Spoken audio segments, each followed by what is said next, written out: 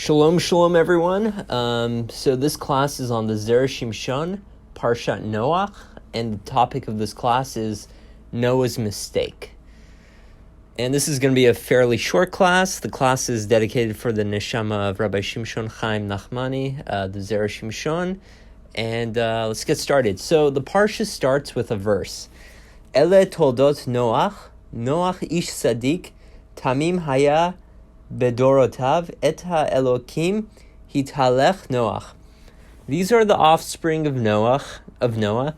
Noah was a righteous man, perfect in his generation. In his generations, Noah walked with God.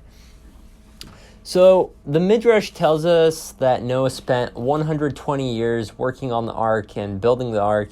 And during those years, people would ask him, his neighbors would ask him, Noah, what are you doing? Why are you building an ark?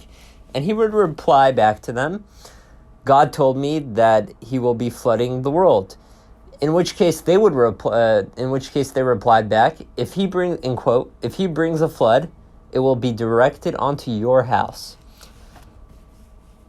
Now this conversation is very strange. The people of the land, they knew that they were sinners and Noah was a righteous man. How could they possibly suggest that God would direct the flood at Noah?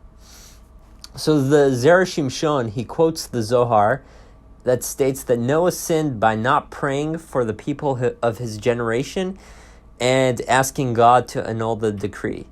He was punished by having the flood attributed to him, as it says, in quote, "For this is to me as the waters of Noah."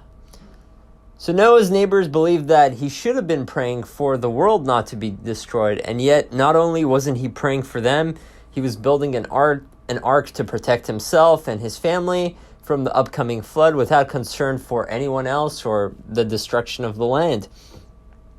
So the Zera Shimshon, he brings a similar idea in the Torah that's actually in the Gemara that states that during the time of the Kohen Gadol, the high priest, the mother of the high priest used to bring food and drinks to the inadvertent murderers stranded in the city of refuge so that they wouldn't pray for the high priest to die.